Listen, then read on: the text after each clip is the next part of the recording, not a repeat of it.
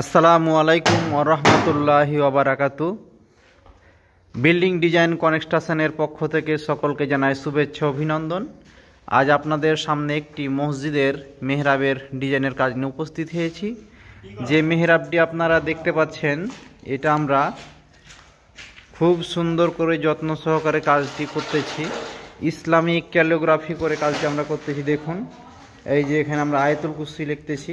দেখুন, এই যে আয়াতুল কুরসি লিখতেছি। এখানে আয়াতুল কুরসির পাশাপাশি আরও অনেক এখানে ডিজাইন হবে। তো আমরা মেহরাবটা সম্পূর্ণ হওয়ার পরে আবার একটা ইনশাল্লাহ ভিডিও দেবো আপনাদের।